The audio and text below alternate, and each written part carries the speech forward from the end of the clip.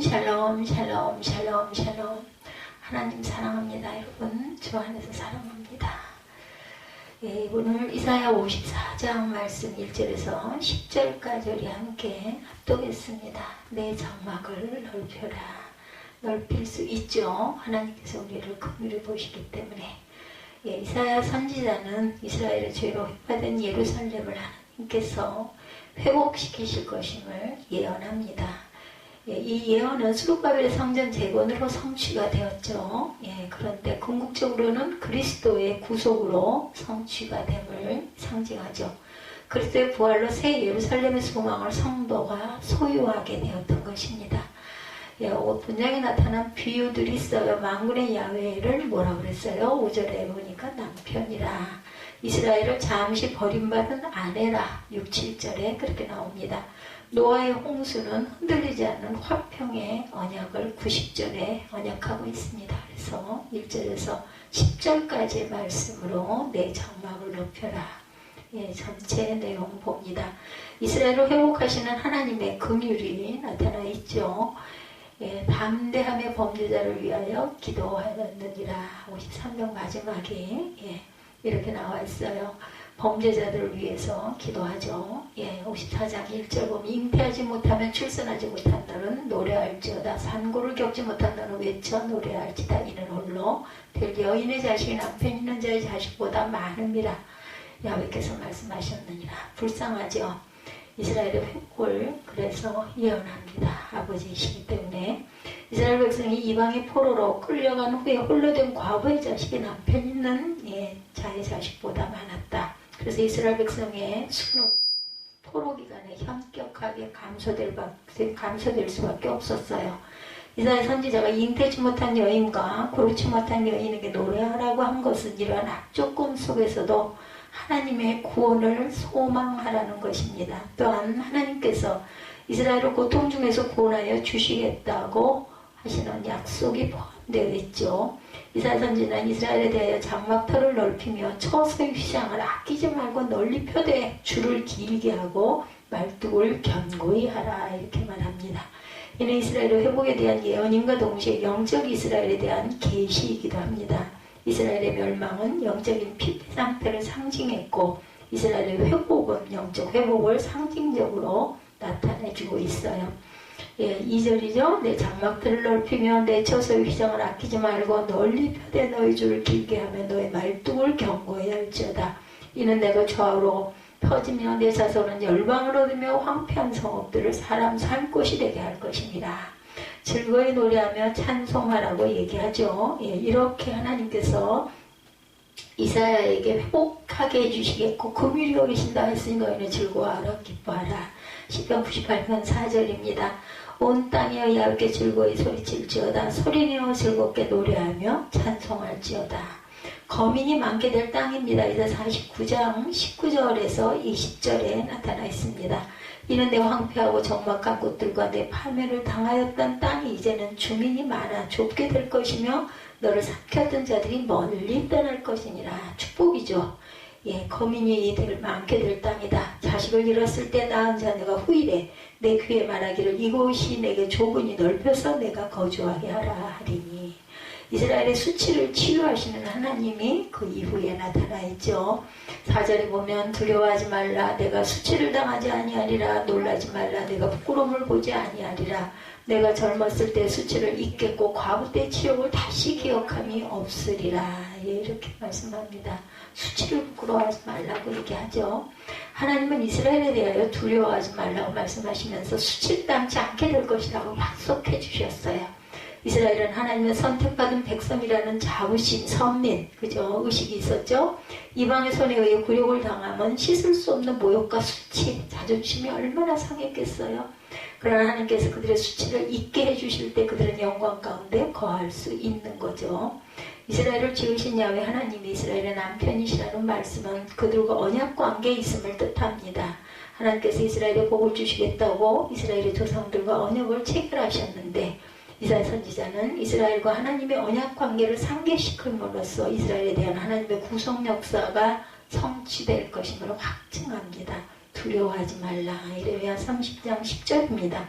야훼 말씀이니라. 그러므로 나의 종 야곱아 너는 두려워하지 말라. 이스라엘아 놀라지 말라. 내가 너를 먼 곳으로부터 구원하고 내 자손을 잡혀가 있는 땅에서 구원하리니 야곱이 돌아와서 태평과 안락을 누릴 것이며 두렵게 할 자가 없으리라.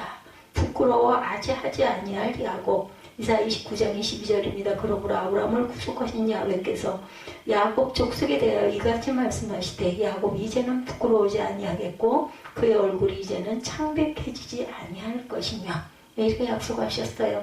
이스라엘을 향한 하나님의 긍휼이 계속되죠. 하나님께서는 이스라엘을 잠시 버리셨다라고 말씀하세요. 5절에 너를 지으신 이가 남편이시라. 그의 이름은 만군의 야훼이시며 내 구속자는 이스라엘의 거룩한 이시라. 그는 온 땅의 하나님이라 일컬음을 받으실 것이라. 6절에 야훼께서 너를 부르시되 마치 버림을 받아 마음에 근심한 아내 곧 어릴 때 아내가 되었다 버림을 받은 자에게 한과 같이 하실 것임이라. 내 하나님께서 말씀하셨느니라. 그런데도 긍휼히 여기시죠. 내가 잠시 너를 버렸으나 긍휼로 너를 모을 것이요 7절에 나타나 있습니다. 하나님께서는 잠시 이스라엘을 버리셨어요. 그러나 이스라엘에 대한 하나님의 징벌 심판이 궁극적인 것은 아니다. 하나님께서 이스라엘과 맺으신 언약을 기억하시고 그들을 영원히 멸망시키지 아니하시겠다. 하나님께서 이스라엘을 징벌 중에도 구원하시는 근거는 하나님의 크신 긍휼입니다. 하나님께서 잠시 얼굴을 이스라엘에게 가리웠으나 영원한 자비로 이스라엘을 긍휼히 여기시겠다 이렇게 약속하시죠. 하나님의 진노는 잠시고 베푸시는 자비와 사랑은 영원할 것이다. 8절에 내가 넘치는 진노로 내 얼굴을 내게서 잠시 가렸으나 영원한 자비로 너를 긍휼히 여기리라. 내 구속자 야훼께서 말씀하셨느니라. 8절까지 이어지죠. 변함없는 하나님의 언약입니다. 9절에 이는 내게 노아 홍수와 같도다. 내가 다시는 노아의 홍수를 땅에 범람하지 못하게 하리라 맹세한 것 같이 내가 내게 노하지 아니하며 너를 책망하지 아니하기로 맹세하였나니 산들이 떠나며 언덕들이 옮겨질지라도 나의 자비는 내게서 떠나지 아니하며 나의 화평의 언약은 흔들리지 아니하리라. 너를 긍휼히 여기시는 야훼께서 말씀하셨느니라. 변함없는 하나님의 언약이 나타나 있죠. 노아 홍수 위에 하나님의 언약입니다. 하나님께서 세상에 내리시는 홍수 심판은 하나님의 공의의 심판이 어떠함을 보여주신 사건. 홍수가 마친 후 노아가 땅에 내려와 하나님께 경배할 때 하나님께서 노아에게 언약을 하셨어요. 그 언약의 내용이 이제 다시는 물로 세상을 심판하지 아니하겠다는 약속이었죠. 노아를 대표로 하는 모든 땅의 생물에게 영원한 언약을 세우신 까지 이스라엘에 대해서도 영원한 구속 언약을 세우셨습니다. 그것은 아브라함과 이삭과 야곱으로 이어지는 이스라엘 족장들이 하나님께 받은 언약이기도 합니다. 하나님께서 이스라엘이 이방인들과 같이 무상 징배와 가증한 죄악을 범할지라도 그들을 영원히 멸하지 아니하신 것은 그들 조상과 맺으신 언약을 기억했기 때문이다. 노아 언약입니다. 창세기 28장 21절에 야훼께서 그 향기를 받으시고 그 중심에 이르시되 내가 다시는 사람으로 말미암아 땅을 저주하지 아니하리니 이는 사람의 마음이 계획하는 바가 어려서부터 악함이라. 내가 전에 행한 것 같이 모든 생물을 다시 멸하지 아니하리니. 그 땅에 있을 동안에 신음과 거둠과 추위와 더위와 여름과 겨울과 낮과 밤이 쉬지 아니하리라. 경영을 반드시 이루실 것이다. 만군의 야훼께서 맹세하여 이르시되 내가 생각한 것이 반드시 되며 내가 경영한 것을 반드시 이루리라. 언약의 불변함에 대한 약속을 하시죠. 사는 인간 세상의 견고함과 불변함을 비유할 때 사용합니다. 사는 자리를 옮겨 다니지 않기 때문이죠. 10절 보면 산들이 떠나며 이렇게 얘기하죠. 10절에 언덕들을 옮겨질지라도 나의 자비는 내게서 떠나지 아니하며 나와 화평의 언약은 흔들리지 아니하리라. 너를 긍휼히 여기시는 야훼의 말씀이니라. 설령 산들이 떠나고 옮겨질지라도 자기 백성을 향한 하나님의 인자는 영원히 떠나지 아니한다. 피조세계나 변할 수 있지만 창조주 하나님의 언약이 변할 수 없으면 하나님께서 자신의 기쁘신 뜻에 따라 모든 역사를 주관하고 계시기 때문이다. 하나님의 말씀은 곧 법이고 능력입니다. 인간이 하나님의 법을 배반하고 떠날지라도 하나님께서는 인간에게 베푸신 인자는 영원히 떠나지 아니하리라. 영원한 자비와 긍휼입니다. 이사야 54장 8절 본문이죠. 내가 넘치는 진노로 내 얼굴을 내게서 잠시 가렸으나 영원한 자비로 너를 긍휼히 여기리라. 내 구속자 야훼께서 말씀하셨느니라. 이사야 55장 7절입니다. 용서하시는 하나님.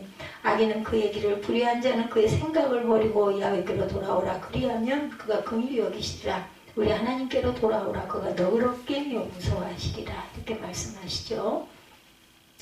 너를 지으신 이가 내 남편이라고 5절에 말씀했어요. 하나님과 이스라엘 백성의 관계를 남편과 아내의 비유로 들어서 표현하고 있죠. 이는 남편 대신 하나님께서 잠시 버린 아내 이스라엘을 큰 긍휼로 다시 맞아들이시겠다는 뜻이죠. 이르면 3장 14절에 보면 나는 너희 남편님이라 내가 너희를 성읍에서 하나와 족속 중에 둘을 택하여 너희를 시온으로 데려오겠고 호세아 2장 16절에도 야훼께서 이르시되 그날에 내가 나를 내 남편이라 일컫겠고 다시는 내 바알이라 일컫지 아니하리라. 하나님과 우리와의 관계입니다. 목자와 양의 비유를 하시죠. 시편 23편에 하나님과 그가 기르시는 백성 시편 95편 7절입니다.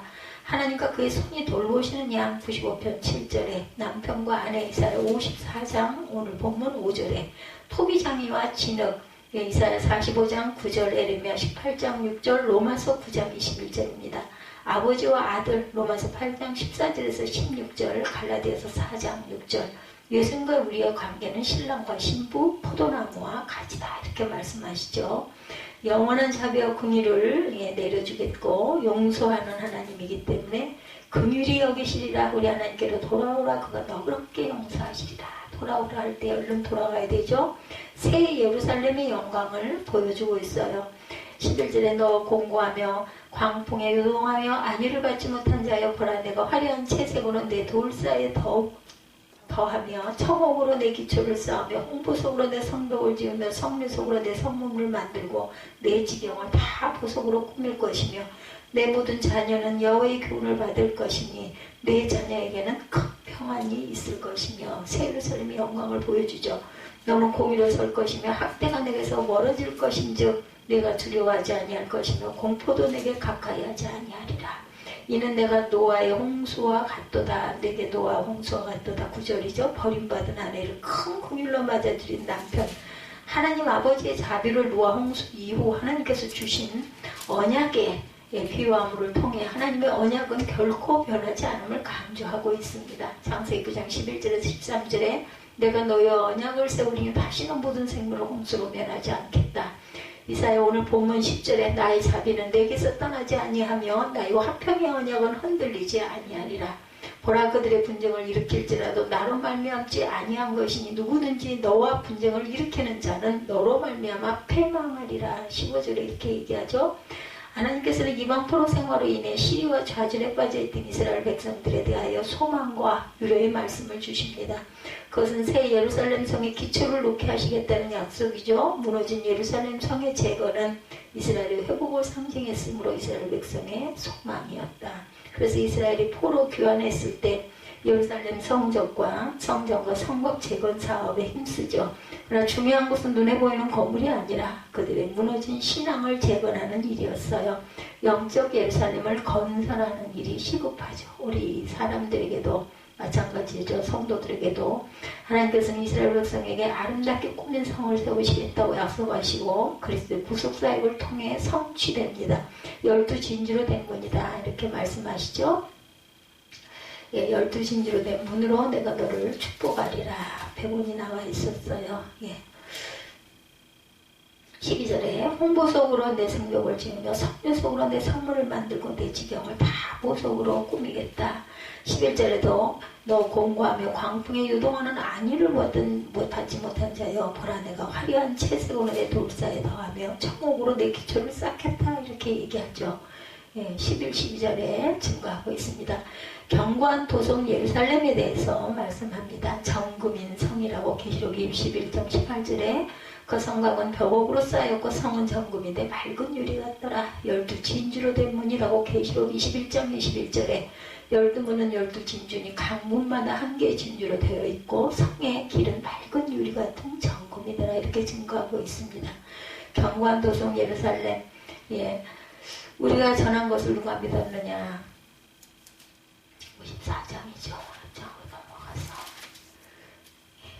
보라 그들이 분쟁을 일으킬지라도 나로 말미암지 아니한 것이니 누구든지 너와 분쟁을 일으키는 자는 너로 말미암아 패망하리라. 16절에 보라 숯불을 불어서 자기가 쓸만한 연장을 제조하는 장인도 내가 창조하였고 파괴하며 진멸하는 자도 내가 창조하였은즉 너를 치려고 제조된 모든 연장에 쓸모가 없을 것이라. 일어나 너를 대적하여 송사하는 모든 혀는 내게 정죄를 당하리니 이는 야훼의 종들의 기업이요 이는 그들이 내게서 얻은 공이니라.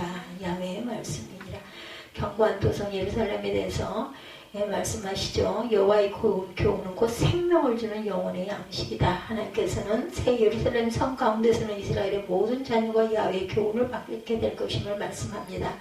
이스라엘이 이방의 포로가 되었을 때 야훼의 교훈을 마음 놓고 배울 수 없었을 것이고 그러나 하나님의 구원의 때가 임하면 야훼의 말씀의 풍성함을 모든 자녀가 누리게 될 것이다. 이런 예언은 예수 그리스도에 대해 성취가 되죠. 예수께서 말씀을 증거하시면서 선지자의 글에 저희가 다 하나님의 가르치심을 받으리라 기록되었은즉 아버지께 듣고 배운 사람마다 내게로 오느니라. 요한복음 6장 45절입니다. 하나님의 교훈을 받는 자들은 크게 평강을 누리게 될 것이다. 즉 그리스도 안에서 참 자유를 누리게 되죠. 죄의 세력의 포로가 되어 고통과 절망 가운데 거하던 자가 그리스도 안에서 해방을 맞이할 때 모든 공포와 두려움이 사라지고 담대한 용기가 생길 것이다. 예루살렘에 나오는 말씀이죠. 미가서 4장 2절입니다. 곧 많은 이방 사람들이 가며 이르기를 오라 우리가 야훼 산에 올라가 야곱의 하나님 전에 이르자 그가 그의 돌을 가지고 우리에게 가르치실 것입니다. 우리가 그의 길로 행하리라 하리니 이는 율법이 시온으로부터 나올 것이요 야훼의 말씀이 예루살렘으로부터 나올 것입니다. 우리가 많이 하는 찬양이죠. 듣고 배운 자가 주 앞에 옵니다. 요한복음 6장 45절에 선지자의 글에 그들이 다 하나님의 가르치심을 받으리라 기록되었은즉 아버지께 듣고 배운 사람마다 내게로 오느니라. 예루살렘 거민의 안전을 약속하시죠. 하나님께서는 이스라엘의 대적들이 모여 이스라엘을 치려할 때 그들이 이스라엘로 인하여 패망하게 될 것이다. 이렇게 말씀하죠. 15절이죠. 그들이 분쟁을 일으킬지라도 나로 말미암지 아니한 것이니 누구든지 너와 분쟁을 일으키는 자는 너로 말미암아 패망하리라. 반면에 이방인들이 이스라엘을 쳐서 승리를 거둘 때 하나님께서는 그들을 이스라엘을 심판하기 위한 도구로 사용하셨을 때였어요.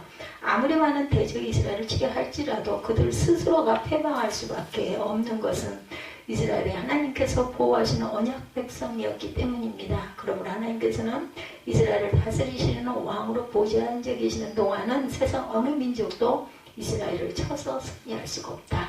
이스라엘의 원수에게 임할 진노입니다. 이사야 66장 14절입니다. 너희가 이를 보고 마음이 기뻐서 너희 뼈가 연한 풀에 무성함 같으리라. 야훼의 손은 그들의 종들에게 나타나겠고 그의 진노는 그의 원수에게 더하리라. 떨어질 열국의 뿌리입니다. 스가랴 1장 20절에서 21절에 그때 야훼께서 대장장이 4명을 내게 보이시기로 내가 말하되 그들이 무엇하러 왔나이까 하니 대답하여 이르시되 그 뿔들이 유다를 흩뜨려서 사람들이 너희 머리를 들지 못하게 하니 이 대장장이들이 와서 그것들을 두렵게 하고 이전에 뿔들을 들어 유다 땅을 흩뜨린 여러 나라의 뿔들을 떨어뜨리려 하느니라 하시더라. 그래서 새 예루살렘에 대한 약속은 그리스도 안에 거하는 모든 성도의 소망입니다. 그리스도께서 재림하심으로 도래할 새 예루살렘 성은 성도들이 영원히 거하게 될 처소이기 때문이죠. 그리스도로 인하여 언약하신 하나님의 구원의 언약을 믿고 그 나라와 땅을 소망하며 살아가는 저와 여러분이 되시기를 주의 이름으로 축복합니다. 그래서 노아의 때와 인자의 임함이라고 마태복음 24장 37절에서 39절에도 노아의 때와 같이 인자의 임함도 그러하리라. 홍수전에 노아가 방주에 들어가던 날까지 사람들이 먹고 마시고 장가들고 시집가고 있으면서 홍수가 와서 그들을 다 멸하기까지 깨달지 못하였으니 인자의 임함도 이와 같으니라. 누가복음 17장 26절에서 27절에도 노아의 때에 된 것과 같이 인자의 때에도 그러하리라. 노아가 방주에 들어가던 날까지 사람들이 먹고 마시고 장가들고 시집가더니 홍수가 나서 그들을 다 멸망시켰다. 이렇게 말씀하고 계세요. 이사야 54장 오늘 본문의 10절에 나의 자비는 내게서 떠나지 아니하며 나의 화평의 언약은 흔들리지 아니하리라. 그래서 오늘 본문 54장 1절에서 10절 내용으로 내 장막을 넓혀라. 산책할 때 목조 건물들 가끔 보죠. 콘도 요즘에 굉장히 잘 지어 있더라고요. 아주 멋있게 궁전같이 지었어요. 콘도들 보면. 예, 다른 용도의 건물이 콘도로 변한 것을 우리가 알 수도 있습니다. 수년 동안 무심히 지나쳤지만 우연히 건물 옆에 있는 사인이 눈에 띄어서 보니 1816년에 감옥소로 지어진 건물이었다 이렇게 적혀 있어요. 그런데 거의 200년이 지나서 2003년에 콘도로 바뀌어진 건물들이 있었던 거죠. 건물 옆에 보면 두 간방문이 전시되어 있는 것이 눈에 띕니다. 대담으로 이사간 지 10년 만에 그 건물의 역사를 알게 된 거예요. 어떤 분의 이야기입니다. 콘도 앞에는 작은 정원이 있고 거기에 사인과 간방문이 전시되어 있는데 종종 정원에 앉아 스마트폰을 접하고 했다 그래요. 한 번도 사인을 보지 않았고 간방문도 눈여겨보지 않았다. 우리가 이럴 때가 너무나 많죠. 바로 지척에다 두고도 모르고 그냥 무심히 지나갈 때가 많습니다. 한 번이라도 눈여겨보았더라면 그 건물의 역사를 벌써 알게 되었겠죠. 그리고 그 옆을 지나면서 건물 안에 갇혔던 수많은 사람들도 상상했을 것입니다. 그런데 이 모습이 오늘 21세기를 살아가는 현대인들의 모습 또는 저의 모습은 아닌가 생각해 봅니다.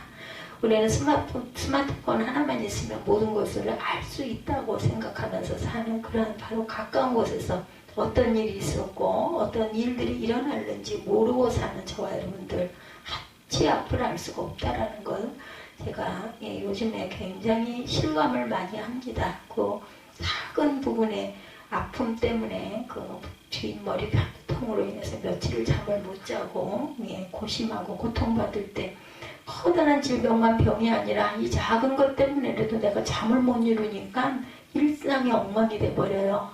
아무리 애를 쓰고 단에 온전하게 바른 모습으로 쓰려고 해도 목소리도 안 나요. 잠을 못 자니까. 그래서 정말 한치 앞을 모르는 인생, 정말 우리 이렇게 지나다니는 개미들이 뭘 이렇게 물고 이렇게 지나가잖아요. 그거 개미 있어가지고 불개미들은 따갑게 물기도 하고 하니까 이렇게 쓱 비비면 어떻게 해요? 그냥 그렇게 물고 가다가 그냥 그 자리에서 그냥 죽어버리고 그냥 아주 먼지같이 돼버리는 것처럼 내 모습도 그런 모습이겠구나. 하나님의 은혜가 아니면 내가 숨쉬고 하루 일상을 할 수가 없고 호흡도 할 수가 없겠구나 이런 생각을 저도 했습니다. 앞으로 일어날 미래에는 두말할 나이도 없고 감옥의 콘도가 될 줄은 아무도 몰랐겠죠. 그때 지었을 때. 그런데 정말 우리는 미래를 예측할 수 없을까. 이런 우리에게 21년, 22년 최고의 선물이 주어집니다. 과거에 되었던 그 귀한 선물, 말씀 속에서 은혜를 나눠봅니다. 1절, 잉태하지 못하며 출산하지 못한 너는 노래할지어다. 상고를 겪지 못한 나는 외쳐 노래할지다. 이는 홀로 된 여인의 자식이 남편 있는 자의 자식보다 많음이라. 야훼께서 말씀하셨다. 신학자들은 오늘 본문 말씀은 바벨론 포로 생활을 마쳐가는 이스라엘 민족에게 주시는 말씀이다 이렇게 생각합니다. 바벨론 포로 생활을 하는 이스라엘 민족은 이 말씀을 듣고 어떤 생각이 들었을까요? 아마 이들은 예레미야가 오래전에 예언했던 말씀 70년 만에 귀환할 것이라는 말씀을 알고 있었을 것 같아요. 그렇다면 이들은 오늘이 될까 내일이 될까 귀환을 기대하면서 지내고 있었을 줄 알아요. 그동안에 돌아간 분들도 많겠죠. 그런데 잉태하지 못하면 출산하지 못한 자들에게 노래하라고 말합니다. 금방 성공할 줄 알았어요. 귀환할 텐데 잉태하지 못한 것이 축복이다. 잉태하지 아니면 방금 아이를 낳고 귀환한다는 것이 얼마나 힘들겠어요. 그죠? 죽는 아이들도 많을 것이고 그게 오히려 축복이니까 노래해라. 6.25 전쟁 때 그쵸. 되게 막 끝나려는 때 저는 부산에서 태어났습니다. 제가 부산 어디라고 그래 서면이라고 하던가요. 그곳에 태어났어요. 근데 아버지가 그 군대 복무하고 계셨죠.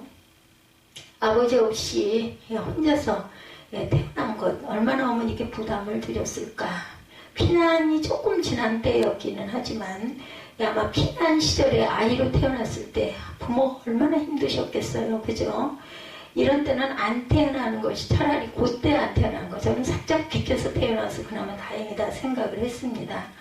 근데 마음대로 안 돼요, 그거는. 그죠? 지금 어머니는 하늘나라에 계십니다. 얼마나 공고한 삶을 살았을까. 시집살이 했을 때 시골에서의 일을 제가 여러 번 들은 적이 있는데도 불구하고 살아계실 때 너무 젊어서 돌아가셔서 더 그랬을 것 같아요. 제가 너무 철이 없었던 거죠. 그래서 가슴이 아픕니다. 해방이 되어서 귀환할 텐데 잉태치 못한 자가 복이 있지. 해방되고 나서 그때 태어나면. 근데 곧바로 이어지는 말씀은 홀로 된 여인의 자식이 남편 있는 자의 자식보다 많을 것이다. 뜻밖의 말씀을 하십니다. 뭐가 뭔지 이해가 안 돼요. 이제 귀환해야 하는데 그러면 자녀는 없을수록 좋지. 남편도 없는 여인이 자식을 낳으면 어떻게 귀환한단 말인가. 도저히 이해가 안 가지만 2절에 보면 내 장막터를 넓히며 내 처소의 휘장을 아끼지 말고 널리 펴되 너의 줄을 길게 하며 너의 말뚝을 견고하게 박아라 말씀합니다. 장막터를 넓혀라. 장막터를 넓히라니 도대체 이건 또 무슨 이야기일까. 장막터를 넓힐 때가 아닌데 지금은 그죠? 차라리 마차를 준비해서 귀환할 때 손쉽게 이동할 준비를 하라고 하는 것이 맞지 않을까. 이를 동상이몽이라고 말할 거예요. 어떤 사람이 말씀하는데 딴 생각하고 있는 거죠. 유다 백성은 귀환할 생각에 가득 차 있었어요. 그런데 하나님께서는 장막터를 넓혀라. 바벨론에서 장막터를 넓혀봤자 결국은 언젠가는 바벨론 것이 되는데 무슨 뜻인지 이해가 되지 않을 거예요. 제 아무리 말뚝을 박아봤자 바벨론 영토이죠.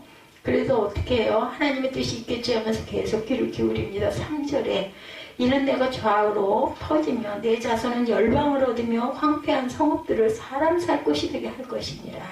놀라운 반전이 나타납니다. 유다 백성은 바벨론에서 예루살렘으로 귀환할 생각을 하면서 하나님의 말씀을 듣고 있는데 하나님의 생각은 달랐어요. 내 생각과 내 뜻은 너희의 뜻과 생각과 다르다고 하시죠. 이사야 말씀에. 지금 있는 바벨론으로부터 전 세계로 뻗어나갈 것이라는 겁니다. 모든 황폐한 성읍들조차 사람 살 곳이 되게 할 것이다. 이제야 이해가 되죠. 왜 장막을 넓히라고 하시고 왜 잉태하지 못한 자들 보고 노래를 부르라고 하시는지. 유다 백성을 통해 온 세상을 사람 살 곳이 되게 하시기를 원하신 것이죠. 그러기 위해서는 그들의 장막터가 넓혀져야 한다. 많은 자녀들이 필요한데 많은 자녀들이 훌륭하게 자라게 하려면 실컷 뛰어놀면서 배워야 하는 넓은 장소가 필요하다. 그리고 이 넓은 장소가 넓어지고 넓어져서 전 세계를 장막터로 삼아라 라고 말씀합니다. 자, 왜 잉태지 못하면 출산하지 못한 자들에게 노래하려고 하셨는지. 이는 아브라함의 자손을 의미합니다. 아브라함의 아내 사라가 잉태지 못하다가 특별한 자녀를 낳았죠. 이삭이죠. 유대인들의 역사 중에 가장 중요한 사건이 있다면 당연히 이삭의 탄생입니다. 이삭의 탄생이 없었더라면 이스라엘의 탄생도 있을 수가 없죠. 왜냐하면 야곱을 이삭이 낳았기 때문이죠. 근데 이삭의 탄생은 불가능한 여건에서 이루어진 기적의 사건이기도 합니다. 약속받은 지 25년 만에 100세가 되어서 이루어진 기적 중의 기적의 사건이죠. 아브라함이 이삭 낳은 것. 이 역사적인 사건 다시금 재현될 것이라는 거죠. 그래서 하나님께서는 기쁜 뜻으로 홀로 된 여인의 자식이 남편이 있는 자의 자식보다 많을 것이라고 말씀하세요. 이삭과 같은 택함 받은 자들이 수없이 많이 태어날 것을 말씀하시는 겁니다. 한마디로 앞으로 이러한 특별한 자녀들이 많이 태어나고 이 자녀들을 통하여 전 세계가 아름답게 될 것이라고 말씀하는 거죠. 이 말씀을 듣고 유다 백성들은 어떻게 반응을 했을까요? 아멘 했을까요? 아마 주저했을 것 같습니다. 그 다음 말씀을 보면 4절 5절에 두려워하지 말라. 마음을 다 아세요. 그죠? 그러니까 두려워하지 말라. 내가 수치를 당하지 아니하리라. 놀라지 말라. 내가 부끄러움을 보지 아니하리라. 내가 내 젊었을 때 수치를 잊겠고 과부 때 치욕을 다시 기억함이 없으리니 이는 너를 지으시니가 내 남편이시라. 그의 이름은 만군의 야훼시며 내 구속자는 이스라엘의 거룩한 이시라. 그는 온 땅의 하나님이라 일컬음을 받으실 것이라. 내가 내 남편인데 네가 뭘 걱정을 해. 너는 그저 하라는 대로 하는데 이런 뜻이죠. 너희가 이런 위대한 자녀를 낳을 자격이 없는 것을 알지만 나는 내 남편이야. 그러니 나를 닮은 자녀들을 낳을 것이다. 아브라함 이삭을 낳은 것처럼 너희도 낳을 수 있다. 그러니 장막을 넓혀라. 깨달는 것이 중요한 것이에요. 우리 아까 기도 말씀이 있었죠. 하나님의 뜻이 무엇인지 이해하라. 어떻게 해야 이해할까요? 이렇게 열심히 묵상하고 읽다 보면 이해가 됩니다. 물론 하나님께서는 이런 말씀을 하시는 이유가 당연히 있었어요. 이스라엘 민족은 포로 생활을 하면서 자신감을 잃어버렸어요. 자기들은 아브라함이 아닌 것을 너무 잘 알고 있습니다. 이에 이스라엘 민족에게 자신감을 불어넣어 주시려고 계속 말씀하시죠. 9절입니다. 이는 내게 노아의 홍수와 같도다. 내가 다시는 노아의 홍수로 땅 위에 범람하지 못하게 하리라 맹세한 것 같이 내가 내게 노하지 아니하며 너를 책망하지 아니하리라고 맹세하였나니.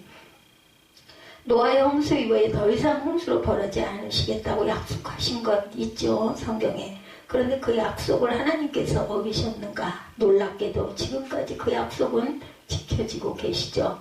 물론 바벨론 포로 때까지 당연히 지키셨습니다. 주님은 이스라엘 민족에게 말씀합니다. 눈을 들어 자연 세계를 봐라. 내가 더 이상 홍수로 세상을 멸하지 않겠다고 하지 않게 안 하느냐. 그리고 그 약속을 지금까지 지키고 있지 않느냐. 이처럼 내가 너희들에 대한 약속을 지킬 것이다. 곧 하나님께서는 포로 생활을 하고 있는 이스라엘 민족에게 두 가지 약속을 이루어진 이야기를 가지고 새로운 약속의 말씀을 합니다.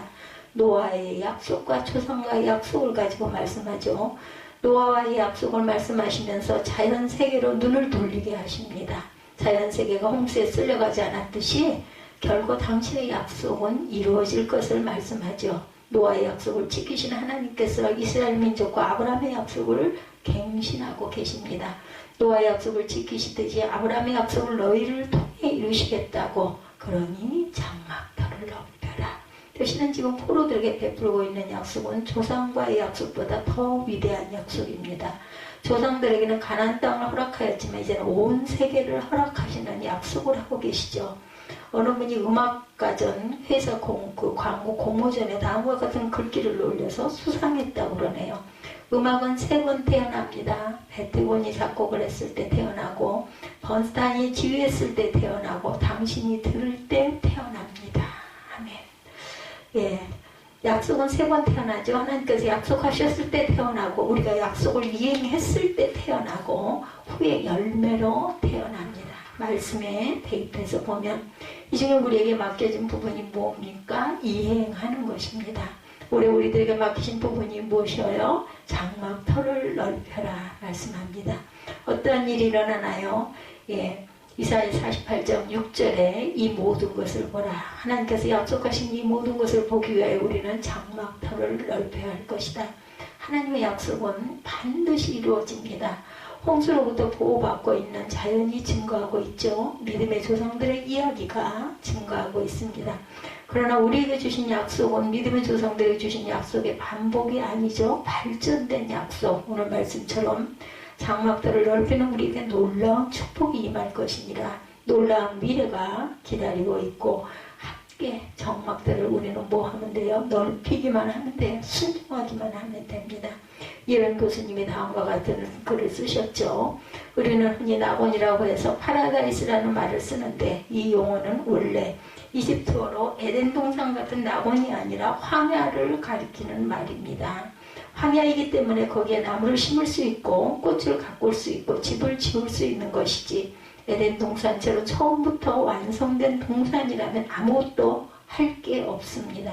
그것은 낙원이 아니라는 이야기입니다. 거칠고 황량하기 때문에 오히려 상상력 속에서 꽃과 나무들이 피어날 수 있는 것입니다.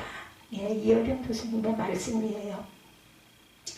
우리가 하나님께서 이렇게 생겼다 할지라도 제가 오늘 아침에 좀 마음이 많이 불편하고 움츠려들고 착잡했어요. 나간 게 너무나 많고 도대체 이해가 안 가서 뭐가 이렇게 많이 나갔나 잘못된 게 아닌가 하고 들여다보다 보니 뭐 수입의 그 3분의 2 정도가 더 나갔는데 다 이렇게 대충 합산을 해보니까 맞겠더라고요. 그래서 참 이걸 어떻게 할 것인가, 이게 얼마나 이게 유지될 수나 있을까 이러다 보니 마음이 불편했어요. 오늘 말씀하시네요. 저는 장막터를 넓히는 위대한 시간이었다 확신합니다. 하나님은 약속하셨고 우리 자녀는 이행했고 하나님께서 열매를 맺히게 할 것이고 어떻게 맺힐지는 알 수가 없어요. 그러나 언젠가는 보게 될 것입니다. 제가 없을 때라도 천국에서 바라볼 수 있는 기쁨과 축복을 하나님께서 주실 줄 믿습니다. 우리 앞에 장막을 넓히는 새해를 주시는 하나님께 영광과 감사를 올려드립니다. 오늘 말씀에 두려워하지 말라, 놀라지 말라 말씀하셨으니 하라는 대로만 하면 내 장막들을 넓히며 내 처소의 휘장을 아끼지 말고 널리 펴되 너의 줄을 길게 하며 내 말뚝을 견고히 할지어다. 이는 내가 좌우로 퍼지며 내 자손은 열방을 얻으며 황폐한 성읍들은 사람 살 곳이 되게 할 것이니라. 무에서 유를 창조하시는 하나님을 바라보시고 오늘도 힘차게 하루를 승리하시는 저와 여러분이 되시기를 이사야 54장 말씀 1절에서 10절을 근거해서 오늘도 승리하시기를 주님의 이름으로 축복합니다.